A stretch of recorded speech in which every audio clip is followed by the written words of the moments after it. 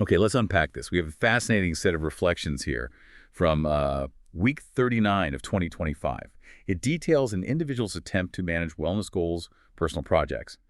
But while navigating this massive obstacle, persistent, debilitating fatigue. Yeah, this is a real deep dive into that friction, between intent and reality. They were technically operating under a new tiered goal system, but, well, they admitted they didn't really stick to it. They just kind of carried on. So our mission isn't really about judging goal adherence. It's more to understand how that core internal challenge, the medication-induced drowsiness, how it basically functioned as this strict filter, Right. shaping which goals succeeded and which ones just got completely shut down. That drowsiness really is the whole story here, isn't it?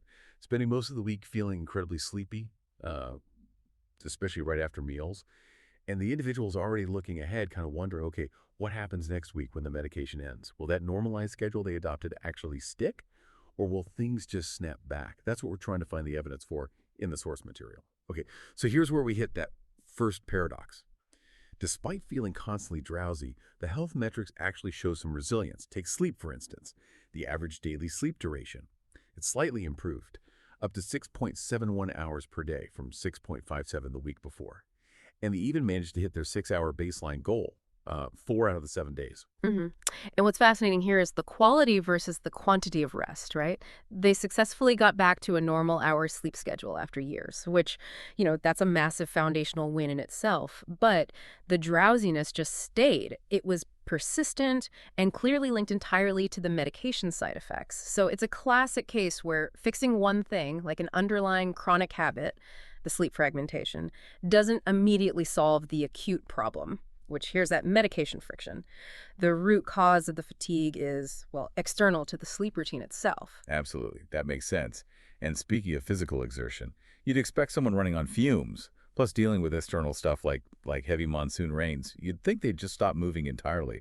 But their activity level stayed high, averaging, 6,390 steps per day for the week? That seems, well, incredible. It does, yeah. But it raises this crucial question about the nature of that movement. The source clarifies this high step count wasn't like deliberate goal-oriented exercise. It was routine movement, driven by indoor gardening work and just necessary errands. And if we look for that internal willpower piece, it's kind of absent. The daily push-ups were only done, quote, when I remember. Okay, right. That is the perfect test case for your theory then.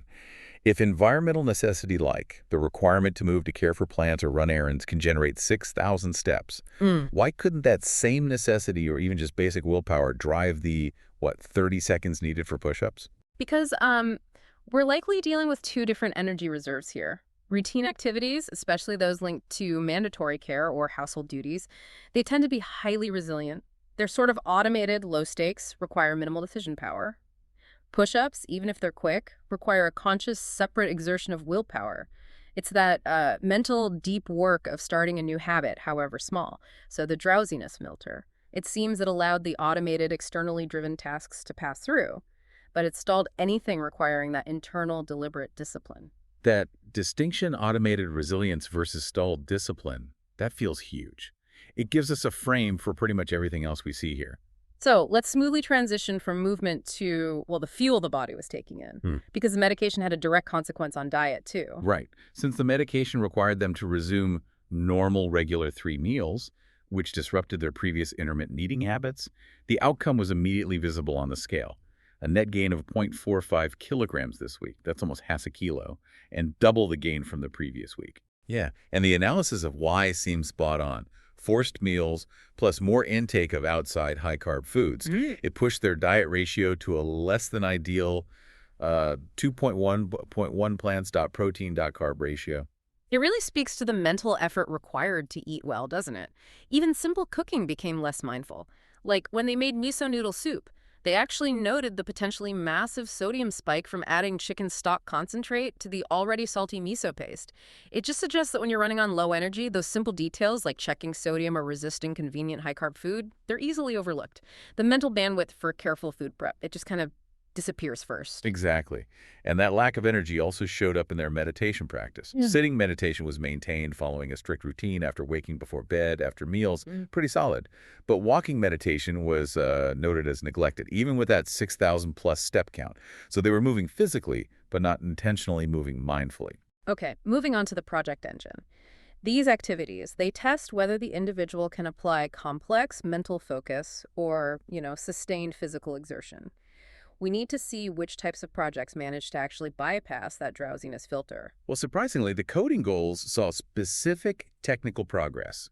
They were able to manage occasional contributions to GitHub repositories, including updating what we call continuous integration. That's the automated testing setup that runs whenever code changes to support a new version of the Erlang language, OTP28. Plus, routine typos and documentation fixes. Small stuff, but still progress. Yeah, and the real insight here might be how they leveraged tools to offset that mental fatigue. They spent significant time refactoring personal projects while learning this Gemini Glide tool, specifically noting its ability to handle extremely large context like millions of tokens. And this technical work actually forced them to confront code duplications in their own projects. Wait, let's stop there a sec. If they were too drowsy to even do simple push-ups or build a plant rack, how were they capable of engaging with, cutting-edge AI tools to refactor complex personal code? That seems like extremely focused mental work. But it's the difference between creation and reaction, I think. When you're using an advanced AI refactoring tool, the AI is doing the heavy lifting. The sustained cognitive work of scanning millions of tokens, finding patterns, proposing fixes. The individual's task, it shifts. It becomes more about quality control, reviewing the AI's suggestions, accepting or rejecting them. That requires less sustained focus and concentration than, say, architecting a new system from scratch, or crucially, building a physical rack, which demands continuous alert safety and physical effort. They essentially outsource the hardest cognitive tasks. Okay, that makes perfect sense. Right. So the filter allowed for low-stakes, assisted cognitive work, but completely shut down anything demanding serious physical investment. Yeah. And yeah, the physical tasks definitely lightened substantially. The evidence for that physical stall is pretty overwhelming, isn't it? Look at the reading goal. Regular daily writing was maintained about gardening, fish keeping, AI stuff, okay. But actual reading was limited to just skimming fiction, and there was, quote, no progress on the specific book they were tackling, which is goal. Right, and for those unfamiliar, that title translates roughly to Guide to Controlling Three Highs, meaning specialized health information dealing with complex risks, hypertension, hyperglycemia. That kind of reading definitely requires focused learning and retention. Precisely. High cognitive load. Stalled. Physical tasks, even worse. Gardening, where it involved maintenance, saw some success. They germinated harvested seeds, transplanted cuttings. Okay.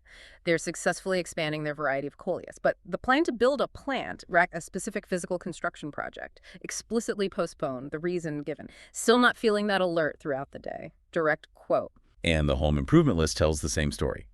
Curtains, drawer repair, that long pending grout work on the front yard tile, all still pending. Even the simple social effort of just looking for photo walk events was unsuccessful. Yet, interestingly, they still made a significant financial investment in the fish-keeping hobby. They bought 2 pairs of guppies, a more vibrant variety, higher cost apparently, intended to populate a new outdoor pond eventually. So this is commitment to the future of a hobby, purchasing high-value assets. Even while the current execution like building a pond or building that rack is stalled, so the planning and purchasing stages survived the filter, but the physical labor just did not. So if we synthesize all this, that medication-induced drowsiness really did function like an effective, predictable filter. It actively blocked pretty much any goal that required sustained physical exertion or intense mental deep work like that spiralized reading, or tasks needing continuous alert focus like physical construction. Right. And crucially, it allowed 2 major categories of activity to continue or even slightly improve. First, those highly automated, externally driven routines like the daily steps and simple maintenance gardening. And second, those low-stakes cognitive tasks that could be heavily assisted by tools like the AI refactoring. Yeah. So the key insight for you, listening, might be this. When you are running low on energy, don't treat physical energy as just one big bucket. Routine physical movement driven by necessity, highly resilient here, but non-routine physical builds demanding planning and sustained effort, completely stalled. So recognize that you might still succeed in low-stakes maintenance and maybe even assisted cognitive work, even when you feel like you're running on fumes. So what does this all mean for you when you're managing your own productivity? If you hit a wall of fatigue, maybe don't try to force the complex creation or the big physical exertion. Instead, maybe focus on preserving your successful routines, like that high step count, and maybe delegate complex cognitive work where possible, or just engage in those low-focus maintenance tasks. #outtrails. So we've unpacked a challenging week, a week where a new goal system was pretty much ignored. Yet foundational wellness metrics actually improved slightly, like that consistency in sleep, or remained highly resilient, like the daily step count driven by routine errands. And this resilience happened even as the physical demands of medication led to direct consequences, like weight gain and necessary delays in construction and focused study. Yeah. And here's maybe the provocative thought to send you off with. The individual is now about to finish the medication, the one that caused the constant drowsiness and mandated the regular 3 meals. This means the primary disrupting factor is about to be removed. So, this raises an important question for you to consider about your own habits. Which of these patterns formed under duress, the normalized sleep hours, the daily coding checks, maybe the reliance on externally driven movement, which ones will actually stick and become permanent routines? And which will immediately revert once the requirement that enforced them is gone? That's the real test of a habit, isn't it? Routine versus requirement.